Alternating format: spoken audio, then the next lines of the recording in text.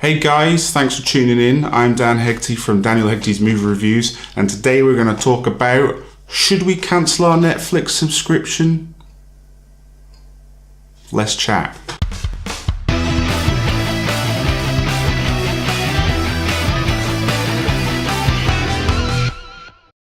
I wanted to do a bit of a video about this, and it's more of a rant really, so apologies if this isn't really what you tuned in for, but I want to cover a few topics as to what Netflix is now in the movie industry. And there's been a lot of news about Steven Spielberg wanting to get them banned from the Oscars and things like that. And although I don't agree with that, I can certainly see why people are very upset with Netflix. You know, they don't have the quality checks that the film industry have had for so long.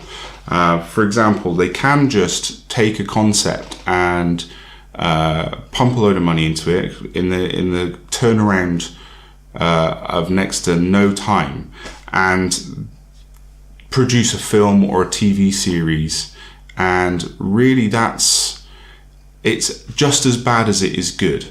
Now, I love new films. I love the fact that I don't have to go to the cinema all the time to watch a new film. Netflix, I have been a massive fan for a long time, and because they would just suddenly, here's a new film, watch it. No one's seen it yet. And it's like, I didn't even know it was coming out. Sometimes you get a real hit and you think, that was awesome, like, well done. But since they've got big and since they've started to fire more and more money around the industry and let people have their own creative license, they've kind of lowered the quality of films. Now, if you're someone who is investing a lot of your time, and a production company, for example, have pumped loads of money into you to come up with a film, I feel that you're going to make this film as good as you possibly can. Now, Netflix have sort of made it so that they'll put money into a company, and it isn't kind of as important. They just want results. They just want the content back. So they're like, go make a film, quick, do it now. Have you done a film yet? Have you made a film yet? Right, what is it? No, don't worry about that, just give it to us, we'll put it on. And they do that, and it doesn't go through certain editing stages. Of course it's edited and special effects and all that can be really good, but it doesn't go through test screenings. It doesn't go through any sort of market research. And if you want to make a blockbuster and you want something to be really good, and you finally get the backing of a big production company and they want to pump it out through a big distributor, and they're going to show you your work to the world in stages and market it for you, then that's a massive thing. Now, Netflix don't really do that. They have their own advertising platform, and it goes straight onto their platform for everybody to watch. Fair game, open ground, There's never a point where it goes, right, it's going to the cinema, then there's going to be a 6-month wait before it's available for rental, then on demand, then standard satellite viewing. There's not that phased introduction. Therefore, there's not so much personal investment from the viewer. So there's kind of like this, it's like a machine. Make these films quick, make them to a reasonable standard, and pump them out. And that isn't good enough anymore. Like the Bird Box thing, the Silence thing, it's kind of like they get a concept, they'll pump a load of money into it, and before you know it, someone's come back with a film, and it's like, when was that being made? That's pretty good. That's a pretty good film. But you may have heard me talk recently about The Silence, and that's one of the things that I can point out where it seems like a film's been rushed. They've sort of given a production company, a film company, loads of money, going, here's a concept we like, go and make it. Or they've pitched them, so this is what we want to make, and we have some money. They go, so yeah, go and do it.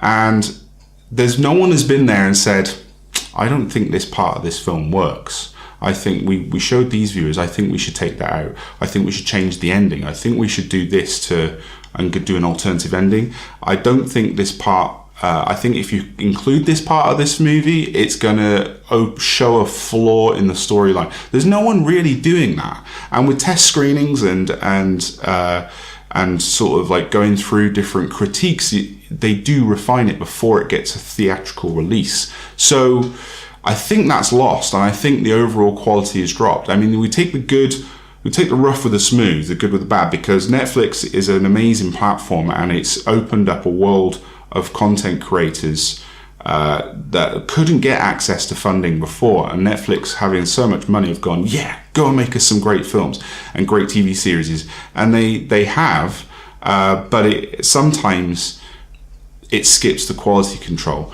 This kind of brings me on to my next subject now. People are going to Netflix with their series ideas, and like things like The Walking Dead, Vikings, all those, they expect those levels out of series. Stranger Things is one of them. They expect those levels of interest from viewers out of those TV series. And if they don't do it, what happens to it? It gets cancelled straight away, no question. And it's really annoying. That's you paying money to Netflix is not just so you can watch their content. It's because you are signing an agreement with them that they are going to provide you with content. Now, when you pay them that money, this is my opinion, obviously it's not written anywhere, but when you pay them that money, you are investing in them and you are getting something in return. But when they then go and cancel it halfway through a series, I think that's a break of contract. I don't think that's very fair at all. So, like, the one that's annoyed me the most is Santa Clarita Diet. I love that. I thought it was a breath of fresh air. I love Drew Barrymore. I love this whole new zombie idea with this sort of Mr. Borelegs. That, you know, there was so many things about that program that were killing it, and it didn't reach the highs. Obviously, that by season 3, it didn't reach the highs that Netflix expected. So what they do, they pulled the plug.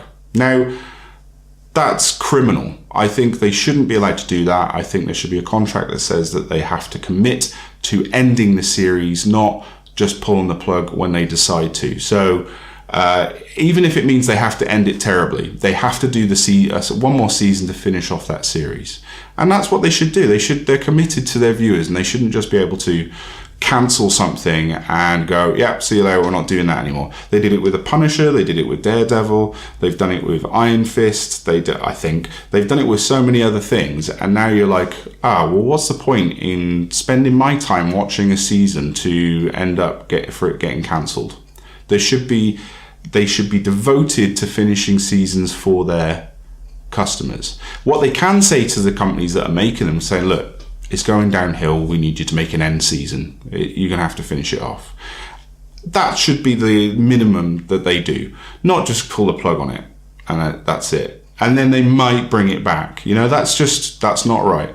And the question is, should we keep up with it? Should we continue to pay our $8.99, $9.99, $4.99, whatever, pumping money into something that, you know, if you were having your house built and they turned up and built half of it, you'd be like, where's the other half? I want the other half.